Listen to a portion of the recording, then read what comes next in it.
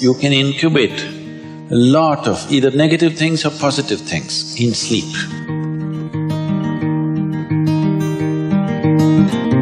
Monday morning when you get up without any reason, you're just feeling ugly for no reason. If it is happening even at least 2-3 times a year, if it is, then you must do certain things before you go to bed. It's very, very important.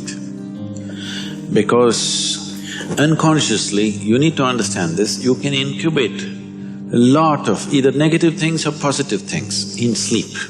Either pleasantness or unpleasantness, you can incubate very effectively, uninterrupted in sleep. You can also incubate it in the day, but there are so many interruptions, it doesn't happen very efficiently.